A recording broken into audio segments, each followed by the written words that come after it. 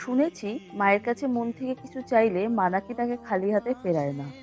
আমার ক্ষেত্রেও জানো তো হঠাৎ করে এরকম একটা ছোট্ট ইচ্ছে পূরণ হয়ে গেছিল। প্রথমবার যখন মায়ের মন্দিরে গেছিলাম, খুব ইচ্ছে ছিল মাকে অঞ্জলি দেব, কিন্তু গিয়ে দেখলাম না, সেরকম তো কোনো ব্যবস্থা নেই।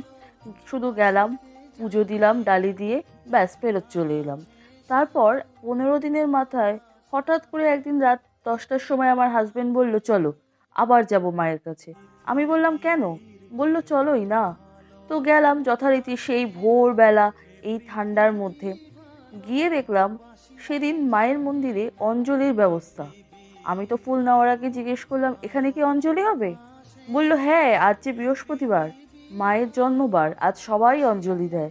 ওই যে দেখো, সেদিনের সেই ইচ্ছে, ছোট্ট ইচ্ছে, কিভাবে মা পূরণ করলো।